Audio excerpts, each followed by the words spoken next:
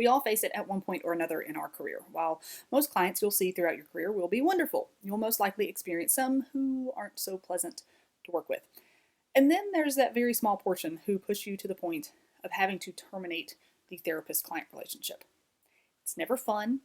Most of the time, it isn't easy, but it is crucial to have a solid understanding of how to terminate the relationship in a way that is professional and honors your boundaries, comfort level, and safety.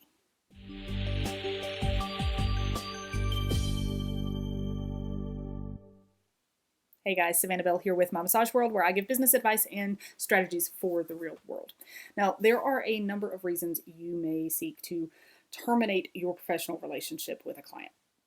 But the biggest reason among therapists seems to be a lack of respect for boundaries, whether that involves chronic late arrivals, no-shows, sexual advances, or any other type of behavior that disrespects you. One of the most common questions on this subject is, how do I know if it's time to fire a client? If you're asking yourself that question about any client, it's probably time.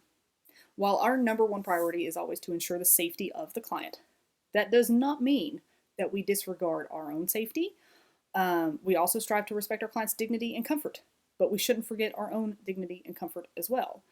Just because we are healthcare professionals and or service providers, depending on how your state looks at you, it does not mean that we must work on every single person who requests a massage, regardless of our own concerns about our well-being.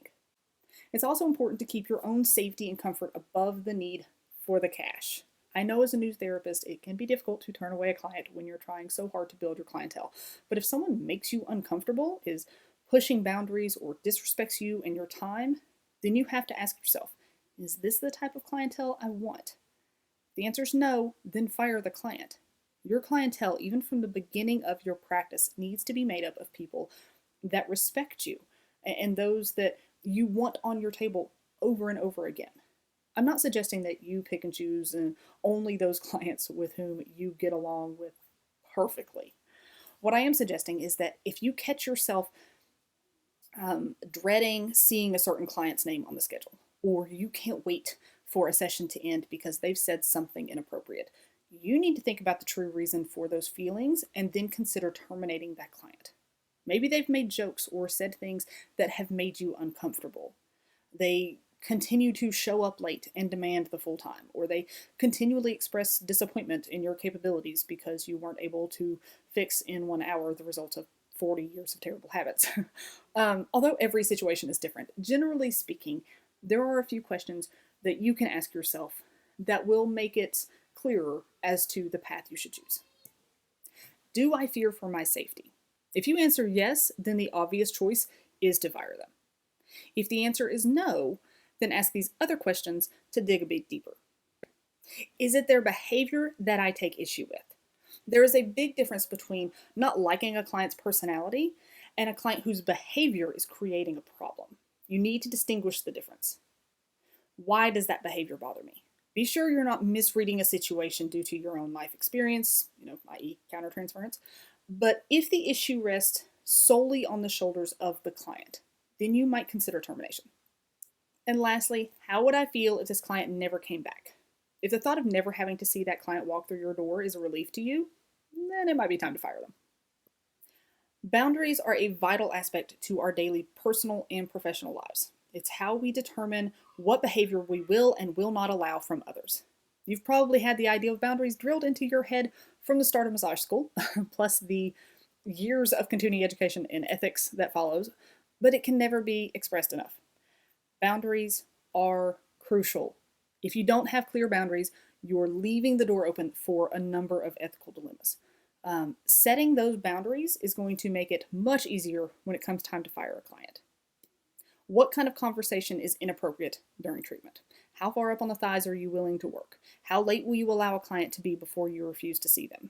How many no-shows before you require a credit card on file or flat out fire them? There are numerous situations to think about, but covering some of the basics by answering these questions will allow you to know beyond a doubt that a client has crossed the line and that it's time to consider termination.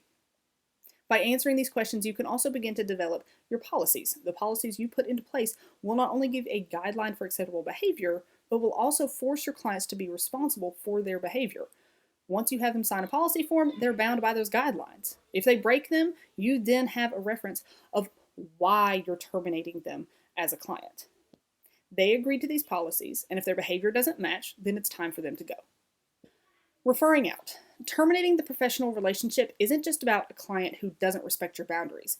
There are times when you might send a client to another therapist because you can't provide the treatment they need. Your personalities don't work well together, or they're not progressing and they might benefit from another perspective. There are a number of situations where you may have a client that just doesn't work out, and it's best to send them to another therapist instead of just writing it out and hoping for the best.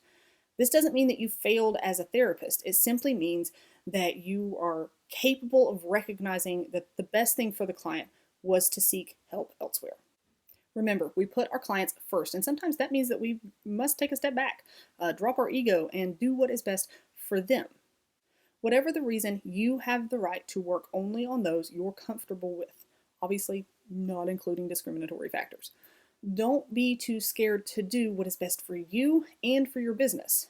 Build clientele that works for you, the one that makes you happy to come into work every day, the one that makes you love your job. If we don't love our jobs, both what we do and who we do it for, then what's the point? Thank you so much for watching today.